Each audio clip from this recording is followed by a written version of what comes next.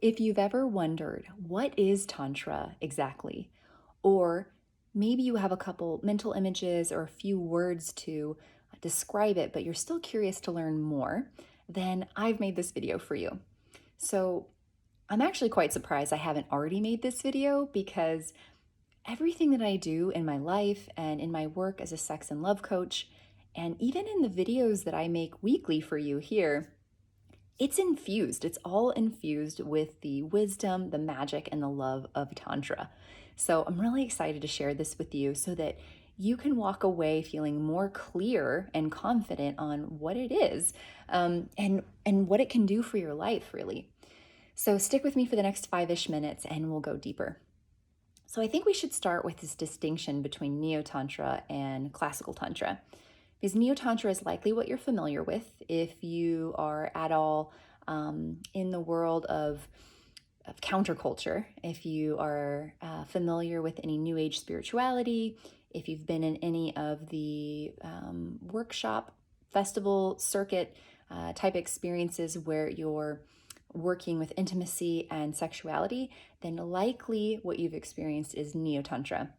Now, this is a very Western and Western culture type experience, and it's relatively new. And let's see, popularized in maybe the 1960s when there were a bunch of counterculture movements going on at that time.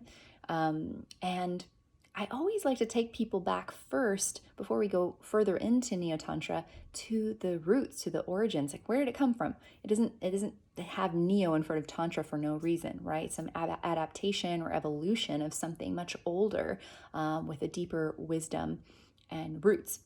So let's take it back.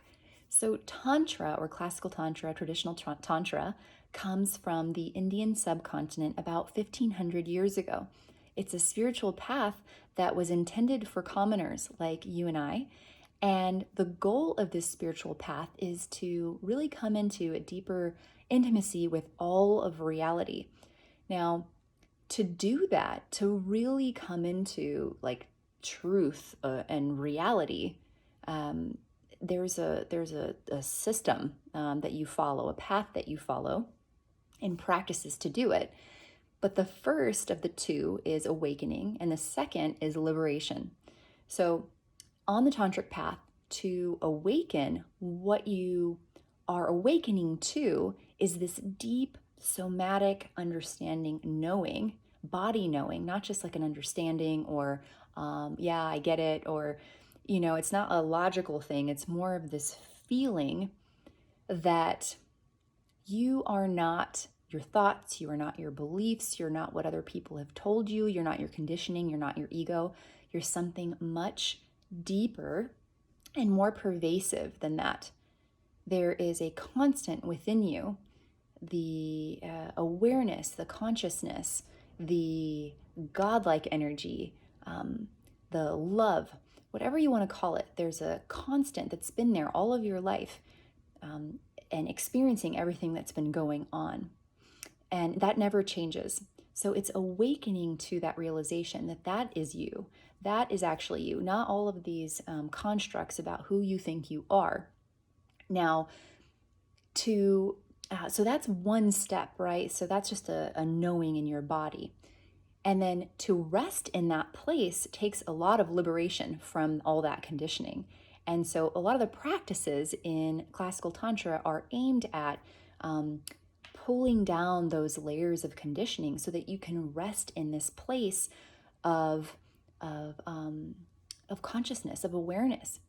And when you do that, you are able to see the world and show up in the world from possibility, from aliveness, from curiosity and wonder and awe, like children do. You know that look that children have in their eyes when they're experiencing something new or trying to figure something out.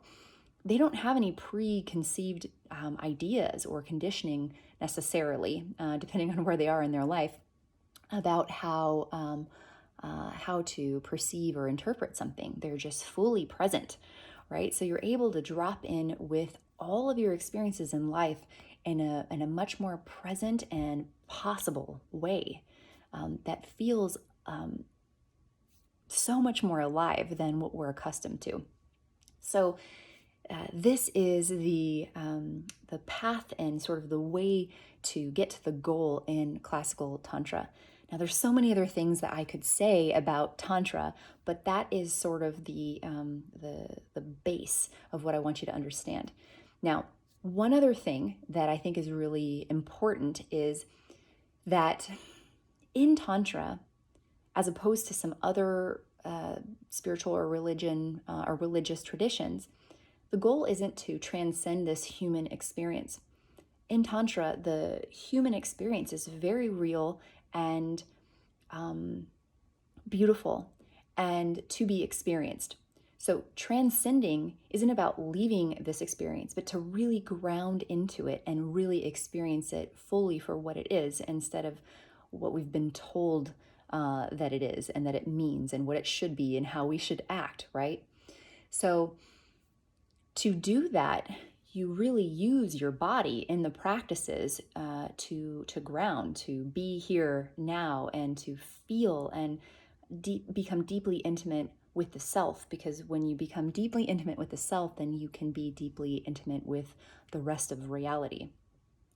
So you'll find in traditional practices a lot of use of the breath and the imagination and the focus, for example, in addition to other things. And so I mention this because this and the piece of awakening and liberation, they cross over and are sort of the foundation of Neo-Tantra. At least in my opinion, I find that this is where they cross over, where there is similarity, even though there's so much dissimilarity in the actual practices themselves. Because in Neo-Tantra, it's really all about intimacy and sexuality, and there's nothing wrong or bad about that. It's just there's like a teeny little sliver of that in classical Tantra, and it looks very different. The practices look very different. So in Neo-Tantra, there still is this awakening and liberation component, but it's just within intimacy and sexuality. So again, using the body, like grounding in the human experience, in order to transcend. And that's not to say that you transcend, you never come back. It's like transcendence in that presence, that presence and groundedness. So powerful, coming into your own sexuality, your own relationship to yourself and your body and someone else's. Now, it's super timely that this happened in the 1960s, or popularized in the 1960s, because it was very much needed, right? Like there were so many counterculture movements happening at that time. So, human rights, civil rights, women's rights, so much exploration around psychedelics and drugs, sexuality, right, and reproductive health rights.